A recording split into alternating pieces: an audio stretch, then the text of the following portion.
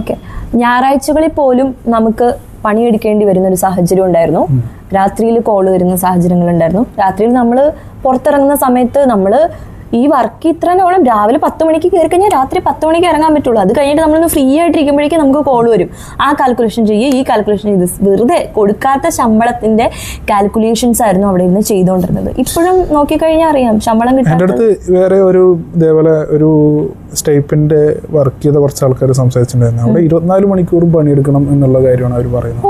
24 മണിക്കൂർ എപ്പോൾ വേണമെങ്കിലും കോള് വരാം, 24 hour കോള് വരും, ഒരാവശ്യമില്ലെങ്കിലും കോള് വരും. പറയുന്നത് നമ്മുടെ ഇപ്പോൾ നമ്മുടെ ഗവൺമെന്റിന്റെ ഒരു പുതിയ സംഭവം വന്നിട്ടുണ്ടോ, റൈറ്റ് ടു ഡിസ്കണക്ട്. ഇതേപോലത്തെ കമ്പനികൾക്കെതിരെ തന്നെയാണ് ഇതിനെ കമ്പനിയൊന്നും വിളിക്കാൻ. ശരിക്കും ഇങ്ങനെയൊക്കെ ചെയ്യുന്ന ഒരു പരിപാടിനെ നമുക്ക് എങ്ങനെ ഒരു കമ്പനിയായിട്ട് കാണാൻ പറ്റുക? നമുക്ക് മാധ്യമങ്ങളിലേക്ക് പോയാലോ? ഇപ്പൊ നമ്മൾ തുടക്കം വെച്ചത് നമ്മുടെ എഡിറ്റോറിയലിൽ വെച്ചിട്ടാണ്. നമുക്ക് അവിടെ നിന്ന് തുടങ്ങാം. എഡിറ്റോറിയൽ ഒരു ഉളുപ്പില്ലാണ്ട് ഇരുന്ന് പറയുന്ന, എന്താ പറയാ, വെളുപ്പിക്കുന്നുണ്ട് അല്ലെ? ഈ പറയുന്ന ബാക്കിയുള്ള മാധ്യമങ്ങളൊക്കെ കുറ്റം പറയുന്ന എഡിറ്റോറിയൽ എന്തു പറയും? ബാക്കി മാധ്യമങ്ങളുടെ കാര്യം പറയുകയാണെങ്കിൽ നമ്മുടെ റിപ്പോർട്ടർ ചാനലാണ് ഇവരുടെ ഒഫീഷ്യൽ പാർട്ണർ.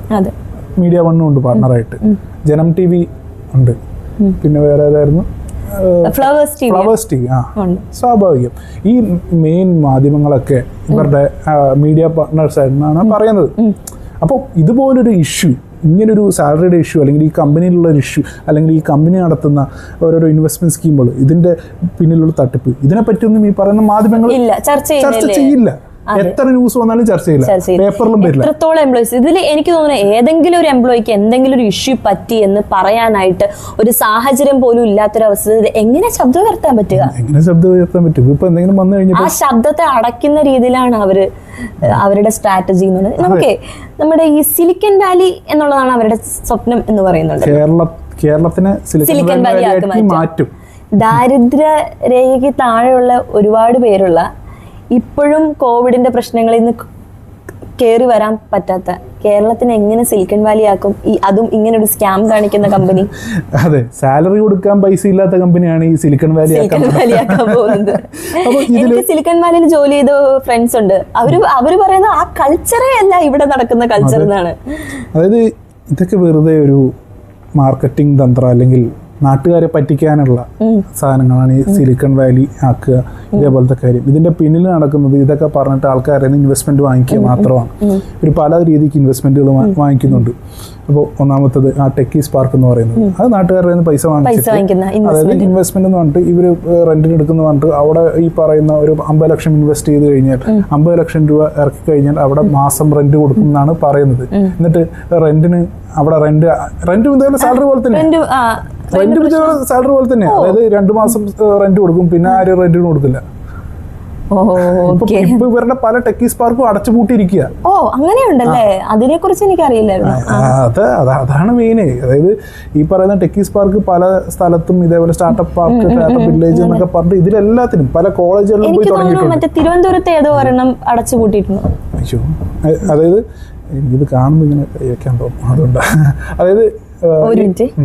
ഓക്കെ, ടെക്കിസ് പാർക്കുകൾ അടച്ചുപൂട്ടി തിരുവനന്തപുരത്ത് ഒരെണ്ണം അടച്ചുപൂട്ടിയതിനെ പറ്റിയിട്ട് ഞാൻ കേട്ടിരുന്നു. വേറെ ടെക്കിസ് പാർക്ക് അടച്ചുപൂട്ടി പല സ്ഥലത്തും, ഇതേപോലെ കണ്ണൂരുണ്ട്, മലപ്പുറത്തുണ്ട്, ഇവിടെയൊക്കെ പല സ്ഥലങ്ങളിലും ഈ പറയുന്ന ഓരോരോ ചെറിയ ചെറിയ വില്ലേജുകളിൽ ഇവരെന്താ പറയുന്നതെന്ന് വെച്ച് കഴിഞ്ഞാൽ, ഈ ടെക്കിസ് പാർക്ക് ഇതേപോലത്തെ ഒരു സ്റ്റാർട്ടപ്പ് പാർക്കൊക്കെ തുടങ്ങി കഴിഞ്ഞു കഴിഞ്ഞാൽ ഇവിടെ നമ്മുടെ ഇൻഫോസിസ് പോലത്തെ കമ്പനികൾ വന്ന് ഇവിടെ ആൾക്കാർക്ക് സീറ്റ് വാങ്ങി അവിടെ എന്താ പറയുക, അവിടെ അവർക്ക് ഇതേപോലെ ഓരോ സീറ്റിന് ഇത്ര പൈസ തരും എന്നൊക്കെ പറഞ്ഞിട്ടാണ് ഇവർ ആൾക്കാരിൽ നിന്ന് പൈസ വാങ്ങിക്കുന്നത്. ഈ പറയുന്ന സാധാരണ ആൾക്കാർ ഇതൊക്കെ കേട്ട് വിശ്വസിച്ചിട്ട് 50 ലക്ഷം 60 ലക്ഷം രൂപയ്ക്കാണ് ഇതിൽ ഇൻവെസ്റ്റ് ചെയ്യുന്നത്. ഈ 50-60 ലക്ഷം രൂപ ഇവരുടെ നിന്ന് വാങ്ങിച്ചിട്ട് ഒരു 5 ലക്ഷം രൂപയുടെ ഇന്റീരിയർ ചെയ്ത് ഇവർ ഫുള്ള് സെറ്റ് ചെയ്തിട്ട് ഇവര് പല സ്ഥലങ്ങളിലും ഇവരൊരു വഴി പോക്കാം, റെന്റ് കൊടുക്കും. അതായത് ഇവരുടെ അടുത്ത് വല്ല 10 വർഷത്തെയും 5 വർഷത്തെയൊക്കെ അഗ്രിമെന്റ് ഇടുക. അതായത് ഇതേപോലെ മാസം ഇത്രയും റെന്റ് കിട്ടും. ആൾക്കാർ, സാധാരണ ആൾക്കാർ പൈസ നമ്മൾ ഇട്ടു, ഇനിയിപ്പോ അങ്ങനെ റെന്റ് കിട്ടുമല്ലോ. ഗ്ലോറിഫൈഡ് ഇൻവെസ്റ്റ്മെന്റ് സ്കീമാണ്. ഇൻവെസ്റ്റ്മെന്റ് എന്ന് പറഞ്ഞാൽ പൈസ വാങ്ങുന്നു, എന്നിട്ട് മാസം പൈസ തരുന്നു. ഈ പൈസ വാങ്ങിയിട്ട് ആരെങ്കിലും പ്രശ്നങ്ങളായത്, അതായത് നമ്മുടെ ടെക്കിസ് പാർക്കിൽ അല്ലാതെ വേറെ എന്തെങ്കിലും ഇഷ്യൂസ് അതിനെ കുറിച്ച് അറിയോ? അതായത് അതിന്റെ ഡീറ്റെയിൽസ് ഞാൻ കളക്ട് ചെയ്തോണ്ടിരിക്കുകയാണ്. ഇഷ്ടംപോലെ ആൾക്കാർക്ക് പ്രശ്നങ്ങൾ ഉണ്ടായിട്ടുണ്ട്. ഒരു കാര്യം ചോദിക്കട്ടെ, ഈ MLM ഇല്ലേ, മണി ചെയിൻ്റെ കാര്യങ്ങൾ, അത് ഇപ്പൊ ഫിജി കാർട്ട് മാത്രം ഇപ്പൊ നിലനിൽക്കുന്നുണ്ട്. ഫിജിക്കാട്ടില്ല, കുറെ എണ്ണം ഉണ്ട്. ഇപ്പോഴും ഒരെണ്ണം വരുന്നു, അടുത്തത് പോകുന്നു. അപ്പം അത് ഇപ്പൊ ബോബി ചെമ്മണ്ണൂരിന്റെ MLM-നെ പോലും സപ്പോർട്ട് ചെയ്യുന്ന ഒരുപാട് പേരുണ്ട്. അതുപോലെ തന്നെ ഒരു സ്ട്രാറ്റജി ആണോ ഇവർ ഈ മണി ചെയിൻ തട്ടിപ്പ് പോലെ ഒരു പരിപാടിയാണോ അത്? അതിന്റെ ഒരു നമുക്ക് ലീഗലി പറയുകയാണെങ്കിൽ ഒരു ഡിസ്ക്ലൈമർ ഇട്ട് പറയാം, ഇത് മണി ചെയിൻ ആണെന്നല്ല പറയുന്നത്. പക്ഷെ അതിന്റെ എല്ലാ, അതായത് ഇവർ ഈ പറയുന്ന ഇതുപോലെ പഴയ ഒരു MLM സ്കീമുകൾ അല്ലെങ്കിൽ ഒരു മണി ചെയിൻ സ്കീമുകളൊക്കെ നടത്തുന്ന ആൾക്കാരുടെ അവരെന്താണ് ചെയ്യുന്നത് എന്നുള്ള കാര്യം അതൊക്കെ നല്ല രീതിക്ക് സ്റ്റഡി ചെയ്തിട്ട് അതൊക്കെ അതായത് ആ നാട്ടുകാരെ കയ്യിലെടുക്കാനുള്ള ഓരോരോ സ്ട്രാറ്റജിയൊക്കെ വെച്ചിട്ടാണ് ഇവർ മറ്റേ ഈ ഒരു പരിപാടി ചെയ്യുന്നത്. കാരണം നമുക്കിപ്പോൾ ഒരു മണി ചെയിൻ ആണെങ്കിൽ നാട്ടിലൊരു പോൺസി സ്കീം അല്ലെങ്കിൽ ഒരു ക്രിപ്റ്റോയുടെ പേരിലൊക്കെ കുറേ തട്ടിപ്പുകൾ നടക്കുന്നുണ്ട്. അപെക്സ് ടോക്കൺ, മോറിസ് കോയിൻ എന്നൊക്കെ പറഞ്ഞിട്ട് കുറേ എണ്ണം, അതിലെല്ലാം ഇത് തന്നെ നടന്നിട്ടുള്ളൂ. കാരണം ഈ പറയുന്ന ഇതുപോലത്തെ തട്ടിപ്പുകളിലൊക്കെ നാട്ടിലൊരു പരിപാടി വയ്ക്കും. ഈ പരിപാടി വയ്ക്കുമ്പോൾ അവിടെ വലിയ ആൾക്കാരെയൊക്കെ വിളിച്ചു കൂട്ടി അവിടെ ഫുഡൊക്കെ കൊടുക്കും. ഈ മറ്റേ താറോപ്പിന്റെ പരിപാടി പോലെ തന്നെയാണ് ഇതേപോലത്തെ നാട്ടിലൊക്കെ നടക്കാറ്. അതായത് നാട്ടിലൊരു പരിപാടി വയ്ക്കും, അവിടെ കുറെ ആൾക്കാരെ വിളിച്ചു കൂട്ടും, അവർക്കൊക്കെ ഫുഡൊക്കെ കൊടുക്കും. എന്നിട്ട് ഇവിടെ പറയും നമ്മുടെ ഒരു പുതിയൊരു ബിറ്റ്കോയിൻ പോലത്തെ ഒരു സാധനം വരും. ബിറ്റ്കോയിനു വേണ്ടി, അതായത് ഞാൻ അനലോജി പറഞ്ഞുതരാം. ഈ പറയുന്ന തട്ടിപ്പുകാർ പറയും ബിറ്റ്കോയിൻ 2009 വാങ്ങിച്ചിട്ടുണ്ടായിരുന്നെങ്കിൽ ഇപ്പൊ നമ്മൾ 10 രൂപയ്ക്ക് വാങ്ങിച്ചിട്ടുണ്ടെങ്കിൽ നമ്മളിപ്പോൾ ഒരു കോടിപതിയായി എന്നുള്ള ഒരു സാധനം പറയും. ഈ പറയുന്ന ടാൽഡ്രോപ്പിന്റെ ആൾക്കാർ എന്താ പറയാ, നമ്മുടെ മാർക്ക് സക്കർബർഗ് 17ാമത്തെ വയസ്സിൽ ഇങ്ങനെ തുടങ്ങിയിട്ട് ഇപ്പൊ ആരായി ഇത്രയും വലിയ പൈസക്കാരനെ. അതുപോലെ കേരളത്തിൽ നിന്ന് ഒരാള് വേണ്ടേ? അതിനാണ് സഫീർ മാത്രമല്ല, അതില് ഈ പറയുന്ന 7 പേരോളം ഉണ്ട്. സഫീറിന്റെ വൈഫ്, സഹോദരൻ, പിന്നെ ബാക്കിയുള്ളവർ ഉൾപ്പെടെയുള്ള ഒരു ടീമാണ് അതിനകത്തുള്ളത്. പിന്നെ അതിന്റെ അണ്ടറിൽ നിൽക്കുന്ന ഒരു ഇരുന്നിരിക്കുന്ന ഇതുപോലെയൊക്കെ ഇരിക്കുന്ന ഒരു സെറ്റിലൊക്കെ ഇരിക്കുന്ന ഒരു ഫോട്ടോയുണ്ട്.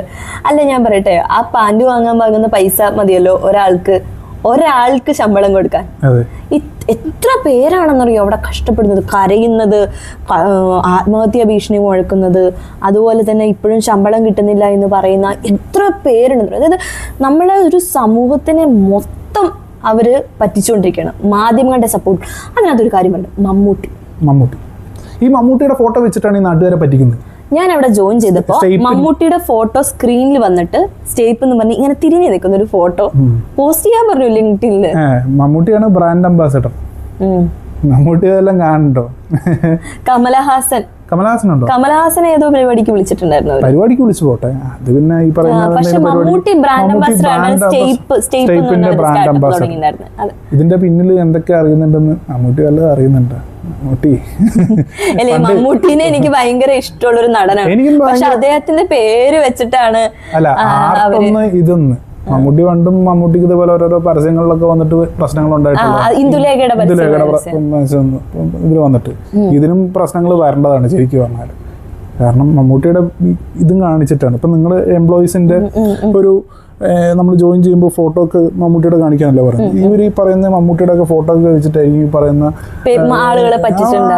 ഇൻവെസ്റ്റ്മെന്റ്. ഈ പറയുന്ന നമ്മളിപ്പോ ഈ ഇത്രയും നേരം പറഞ്ഞതിൽ എന്താണ് തട്ടിപ്പ്, എന്താണ് പറ്റിപ്പ് എന്ന് ഇപ്പോഴും ചില ആൾക്കാർക്ക് ഒരു ബുദ്ധിമുട്ടുള്ള ഒരു മനസ്സിലാവാത്തൊരു കാര്യം ഉണ്ടാകും. കാരണം സാലറി 2 മാസം മുടങ്ങിയതാണോ പ്രശ്നം? 2 മാസം ഒന്നുമില്ല, 7 മാസം 8 മാസം മുടങ്ങിയ ആൾക്കാരുണ്ട്. ഇപ്പോൾ ഇത്ര നേരം പറഞ്ഞു കേട്ടല്ലോ. അതല്ലാതെ ഇൻവെസ്റ്റ്മെന്റ് സ്കീമാണ് ഇവിടുത്തെ ശരിക്കും തട്ടിപ്പ്. കാരണം ഇതുപോലെ ഇവർ പറയുന്നത്, ഈ ഒരു ടാൽഡ്രോപ്പ് പറയുന്നത്, ടാൽഡ്രോപ്പിന് പൈസ എന്താ പറയുക, സീഡ് ഫണ്ടിങ് ആണ്, അല്ലെങ്കിൽ ഒരു സ്റ്റാർട്ടപ്പിൻ്റെ ഒരു സീഡ് ഇൻവെസ്റ്റ്മെൻ്റ് ആണ്, അല്ലെങ്കിൽ സ്റ്റാർട്ടപ്പ് ഇൻവെസ്റ്റ്മെൻ്റ് ആണെന്നൊക്കെയാണ് പറയുന്നത്. പക്ഷേ ഇങ്ങനൊരു ഇൻവെസ്റ്റ്മെൻ്റ് എടുക്കാൻ ഒരു കമ്പനിക്കും ഇന്ത്യയിൽ അധികാരമില്ല. അതായത് ഇവർ ചെയ്യുന്ന കാര്യമുണ്ടല്ലോ, ഈ ആൾക്കാരുടെ നിന്ന് 1 ലക്ഷം രൂപ വാങ്ങിച്ചിട്ട് മാസം 3000 രൂപ തരും എന്നൊക്കെ പറഞ്ഞിട്ടുള്ള പലതരം സ്കീമുകളുണ്ട്. 1 ലക്ഷം ആണെങ്കിലും 10 ലക്ഷം ആണെങ്കിലും അതിൻ്റെ പലതരം സ്കീമുണ്ട്. അതിലെല്ലാം ഇവർ പറയും ഇത്രയും പൈസ വാങ്ങിച്ചു കഴിഞ്ഞാൽ നമുക്ക് ഓരോ മാസം ഇത്രയും റിട്ടേൺസ് ആയിട്ട് തരുന്നു. അങ്ങനെ പറയുന്ന സ്കീമുകളൊക്കെ എന്ന് പറഞ്ഞു കഴിഞ്ഞാൽ അത് ഇന്ത്യയിൽ ബഡ്സ് ആക്ട് പ്രകാരം ഇല്ലീഗലാണ്. ഇവർ സ്റ്റാർട്ടപ്പിലോട്ട് ഇൻവെസ്റ്റ് ചെയ്യണം അങ്ങനെ ഇങ്ങനെയാണെന്നൊക്കെ പറഞ്ഞാലും നമ്മുടെ നാട്ടിലെ നിയമം പറയുന്നത് ഒരു കാര്യമാണ്. ഇപ്പോഴും 10 വർഷമായിട്ട് ഓടുന്നു എന്ന് പറയുന്നു. അതിനിപ്പോൾ പറഞ്ഞിട്ട് എപ്പോൾ പൊട്ടുന്ന ആർക്കറിയാം? ഇതേപോലത്തെ സ്കീമുകളിലൊക്കെ ഇതേപോലെ പൈസ വാങ്ങിച്ചിട്ട് പൈസ ഇങ്ങനെ റിട്ടേൺ തരുന്ന സ്കീമുകളിൽ എങ്ങനെയാണ് ഈ പൈസ തരിക? ഈ ശമ്പളം പോലും തരാൻ പറ്റാത്ത കമ്പനിയാണ് ശമ്പളം പോലും ഇൻവെസ്റ്റേഴ്സിനെ ഇടയ്ക്ക് വിളിച്ചിട്ട് കുറെ ഭക്ഷണം കൊടുക്കും. അതാണ് പട്ടിണി കിടക്കുന്ന ഞങ്ങൾക്ക് കഴിക്കാൻ പറ്റുന്ന ഭക്ഷണം. ഇടയ്ക്ക് ഇൻവെസ്റ്റേഴ്സ് ഉള്ള ദിവസത്തിന് വേണ്ടി ഞങ്ങൾ കാത്തിരിക്കും, വേറൊന്നുമല്ല, ഭക്ഷണം കഴിക്കാൻ വേണ്ടി. അത്രയ്ക്കും നരക തുല്യമായിട്ടുള്ള ഒരു ലൈഫായിരുന്നു സ്റ്റേപ്പിൽ ഉണ്ടായിരുന്നത്. അവർ ടാൽ ഗ്രൂപ്പ് എക്കോസിസ്റ്റത്തെ പറ്റി വർണ്ണിക്കുന്നത് വാക്കുകളിൽ നമ്മളെ ഇൻവെസ്റ്റേഴ്സിനെ പറ്റിക്കുന്നത് പോലെ തന്നെ എംപ്ലോയീസിനെ പറ്റിക്കുന്നു. അവരുടെ വലിയൊരു സ്ട്രാറ്റജിയാണ്. അതുപോലെ തന്നെ ഇപ്പം നമുക്ക് ക്യാമ്പയിൻ, അവരെ പറ്റി നെഗറ്റീവ് ക്യാമ്പയിൻ സ്റ്റാർട്ട് ചെയ്തിരിക്കുന്നു എന്നൊക്കെ പറഞ്ഞിട്ട് എന്നെ വിളിച്ചിട്ട് ഭീഷണിപ്പെടുത്തി. പക്ഷേ ഡിഫോമേഷനെതിരെ, ആരതിക്കെതിരെ ഡിഫോമേഷന് കംപ്ലൈന്റ് കൊടുക്കുന്നു. അവിടെ ശമ്പളം കിട്ടാത്തതിന്റെ ഒരുപാട് പ്രൂഫുകളുണ്ട്. ഇവിടെ എന്റെ കയ്യിൽ ശമ്പളം കിട്ടാത്തതിന്റെ ഉണ്ട്. ഇപ്പോഴും ശമ്പളം കിട്ടുന്നില്ല എന്ന് പറഞ്ഞ മെസ്സേജ് ലീഗൽ നോട്ടീസ് വരും. പക്ഷേ സുപ്രീം കോടതിയും ഹൈക്കോർട്ടും ഒന്നും വെറുതെ ഇരിക്കുന്നതല്ലല്ലോ. ഇതിനെല്ലാം പ്രൂഫ് ഇല്ലാതെ വെറുതെ പറയാൻ പറ്റില്ല. അതൊക്കെ അത്രേ ഉള്ളൂ. ഈ പറയുന്ന ഇത്ര ആൾക്കാർക്ക് സാലറി കൊടുക്കാൻ പറ്റാത്ത ആൾക്കാർക്ക് കേസ് കൊടുത്ത് അതിന്റെ പുറകെ നടക്കാൻ ഇവർക്ക് പൈസ ഉണ്ട്. ഈ പറയുന്ന എഡിറ്റോറിയലിന് 3 ലക്ഷം അല്ലെങ്കിൽ അങ്ങനെ എന്താ പറയാ PR ക്യാമ്പയിൻ നടത്താൻ ഇവരുടെ പൈസ ഉണ്ട്. വല്ല ഗുണ്ടകളും ഇനി ആക്രമിക്കോ ഇത് കൂടാതെ?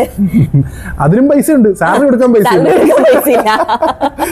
എംപ്ലോയീസിനെ പറ്റിക്കും, പറയുന്ന ഇൻവെസ്റ്റേഴ്സിനെയും പറ്റിക്കും. പല ആൾക്കാർക്ക് പൈസ കിട്ടാത്ത കാര്യം. പക്ഷെ നമ്മളിത് ചിരിച്ചു പറഞ്ഞാലുവേ അവിടെ അനുഭവിക്കുന്നവരുടെ വേദന, ഞാൻ ഉൾപ്പെടെ അവിടെ അനുഭവിച്ച വേദന വളരെയധികം അത് ഞാൻ മനസ്സിലാക്കാൻ പറ്റുന്നുണ്ട്. ഈ പറയുന്ന ഇത്രയും എങ്ങനെ പോയി 1-2 മാസമൊക്കെ ഇപ്പൊ ഒരു സാലറി വൈകുകയാണെങ്കിൽ പോട്ടെ, വൈകിട്ട് കിട്ടുകയാണെങ്കിൽ നമ്മൾ വൈകുകയാണെന്ന് പറയാൻ പറ്റും. തരാതിരിക്കുന്നതിന് ഇപ്പൊ വൈകുക എന്ന് പറയാൻ പറ്റും. എല്ലാ മാസവും കൃത്യമായിട്ട് കൊടുക്കേണ്ട ശമ്പളമാണല്ലോ ഇവര് ലാഗ് ചെയ്യുന്നത്. ശമ്പളത്തിന്റെ കാര്യത്തിൽ അവരുടെ പ്രശ്നമുണ്ട്. ടെക്കീസ് പാർക്കിന്റെ പേരിൽ അവർ പ്രശ്നങ്ങൾ നടത്തുന്നുണ്ട്. അതുകൂടാതെ ഇൻവെസ്റ്റേഴ്സിന്റെ പേരിൽ അവർ പ്രശ്നങ്ങൾ നടത്തുന്നുണ്ട്. പിന്നെ ഇതുപോലെ നമ്മളെ പോലുള്ളവർ പ്രതികരിച്ച നമ്മൾക്കെതിരെ അവർ ക്യാമ്പയിൻ നടത്തുന്നു, കേസ് നടത്തുന്നു. ഇങ്ങനെ 4ഓളം കാര്യങ്ങളാണ് ഇവരുടെ മെയിൻ ആയിട്ട് വരുന്നൊരു. അതെ അതെ. ബുക്ക് അവിടെ കട്ട് ഇറ്റ്.